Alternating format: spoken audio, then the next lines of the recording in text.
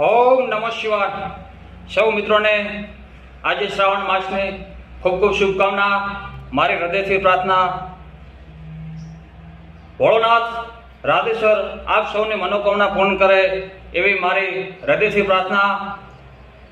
કારણ કે દેવાદિદેવ મહાદેવ, દેવોનો દેવ મહાદેવ શિવ ભોળો, જે એકવાર મનુષ્ય કોઈ શિવના ચરણોમાં જાય તો ગમે એવા દુઃખ બાળને ખાખ કરી નાખે, આવો ભોળોનાથ છે। કહેવાય છે કે દેવોનો દેવ મહાદેવ કેમ કહેવાયું? કારણ કે ધાર દરિયામાં મંથન છું ને ત્યારે બધા લોકો સારા લઈને ભાગી ગયા। જ્યારે ઝેરનો વારો આવે ને ત્યારે શિવે ઘટઘટાયો, ત્યાંથી નીલકંઠ કહેવાયા। એટલે આવી શિવની કૃપા છે,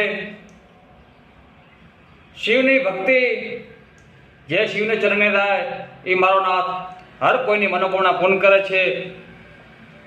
એટલે મારે કહેવું પડે કે શિવ સમાન કોઈ દાતાર નહીં, અનવિઘાન વિદારણહાર, અબ લજિયા મોરે રખિયો, હારે રે શિવ નંદે કે યશવાર।